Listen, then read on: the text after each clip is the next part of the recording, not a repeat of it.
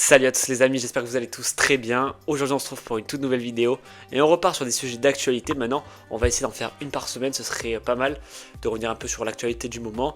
Et là aujourd'hui j'ai voulu me concentrer sur l'actualité récente entre le clash irlando-irlandais entre Paul Hughes et Conor McGregor.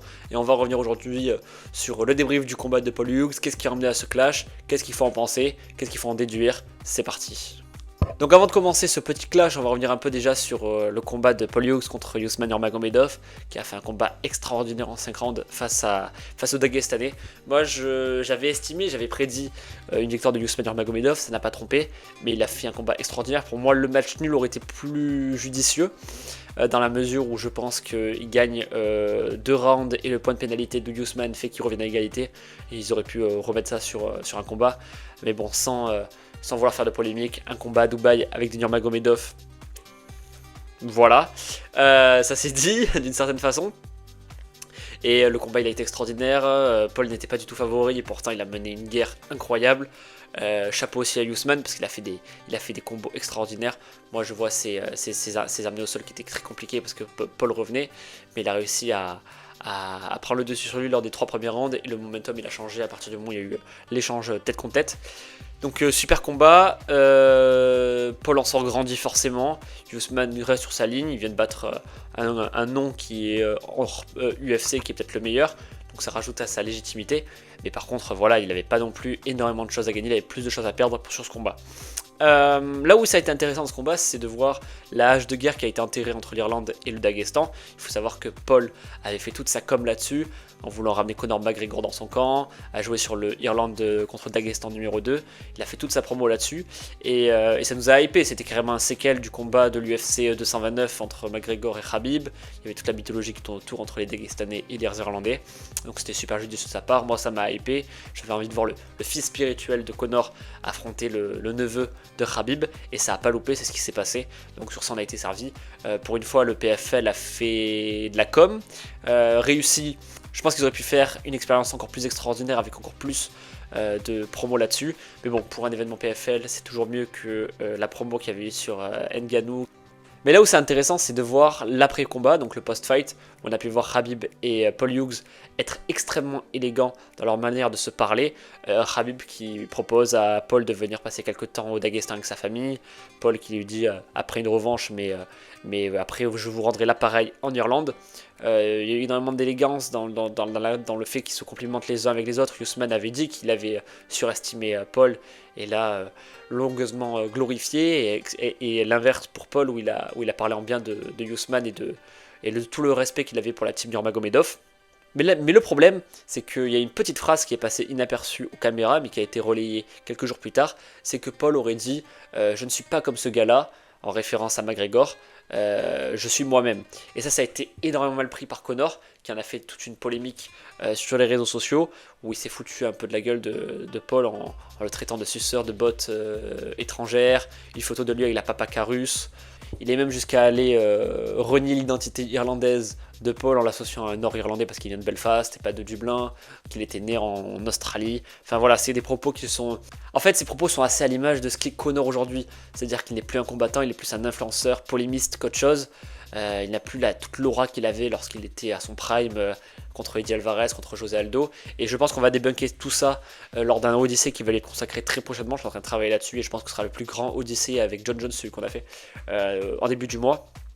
Mais moi je trouve ça dramatique les propos qu'il emploie, plutôt que de... Ouais, je pense qu'il a la mauvaise de ne pas avoir été invité dans le camp de Paul, parce que tout indiquait qu'il allait y être. Je pense qu'il a un peu mal pris, et toutes les polémiques qui sont autour de lui, ça doit l'impacter. Mais non, c'est pas possible d'avoir de tels propos. C'est pas les valeurs qu'il prenait à l'époque et qu'il prenait dans son sport. C'est que la caricature de lui-même, et c'est un gros problème. Et on voit que Paul répond humblement à toutes ces attaques. Il en rigole même sur les réseaux, il repartage ça en story, je trouve ça assez marrant. Et il répond que pour lui, il a toujours dit que c'était le GOAT et qu'il n'y avait pas de souci là-dessus, mais qu'en venir à renier sa propre identité irlandaise, c'est-à-dire que c'était pas à la hauteur de l'homme, et que et que ça traduisait l'état mental dans lequel Conor McGregor était actuellement, et je suis assez d'accord avec lui. Pour moi, Conor n'est plus que l'ombre de lui-même, comme je viens de déjà dire. On n'a plus le Conor Prime à moins de 66 kg, moins de 70 kg. On a un Conor qui est bouffé du visage. Est-ce que c'est... je pense que ça doit être de l'alcool qui l'a ravagé. Il y a beaucoup d'Irlandais qui lui disent de retourner fumer de la neige, si vous voyez ce que je veux dire. Enfin, c'est malheureux en fait. Je pense que Conor a un vrai problème mental et qu'il faut arrêter de le mettre partout, de le glorifier partout. À l'image d'un Tony Ferguson qui voulait pas s'arrêter de se battre, il faut le stopper. Mais pour moi, Conor, il faut que sa famille prenne les choses en main et qu'il le stoppe à un moment donné parce que c'est ridicule. Et il est plus dans la position caricaturale qu'il avait après son combat contre Khabib, ou encore il avait des foudroyances et il pouvait être stylé à bien des égards. Mais là, c'est plus que l'ombre de lui-même, c'est plus le Conor que moi j'ai aimé, qui m'inspire et qui m'a inspiré. C'est clairement une caricature de lui-même. D'ailleurs, Khabib n'a pas tardé à répliquer en disant que Paul Hughes était un vrai Irish guy et qu'il n'était pas ce rapiste alcoolique qu'est McGregor. Mais parce que McGregor n'est plus devenu que ça, il n'est plus l'ombre, il a une mauvaise énergie autour de lui, il n'est plus l'identité même de ce sport. Topuria l'avait déjà dit, c'est plus du tout, il représente plus du tout les valeurs du sport, mais celles de l'alcool, et c'est dramatique. Voilà. Donc mon petit avis à chaud, c'est que déjà Paul Hughes a fait une réponse très mature, une belle réponse, je pense, en ne dénigrant pas son idole, mais en montrant sa différence actuelle, en disant qu'il pense qu'il a un état mental assez bas. Et il a beaucoup de respect pour la team Khabib, et ça aussi je trouve que c'est très beau de vouloir enterrer cette hache de guerre montée toute pièce entre l'Irlande et le Daghestan. Donc voilà, ça c'était pour mon petit avis sur cette rivalité. J'ai hâte de voir ce que Paul Hughes va devenir et ce que McGregor va devenir. Pour moi, Paul Hughes, il a là aujourd'hui l'occasion de pouvoir avoir le niveau de rentrer dans un top 10 UFC. Pour moi, il est clairement, il bat quand même quelques mecs du top 10 sans trop de difficultés. Pour moi, je pense qu'il peut prendre des hookers, des Gamrot, des Dariush, des Moïcano. Il prend Moïcano, je pense aussi. Pour moi, il est largement contender dans ce top 10. J'aimerais qu'il fasse cette revanche contre Nurmagomedov, mais pas tout de suite.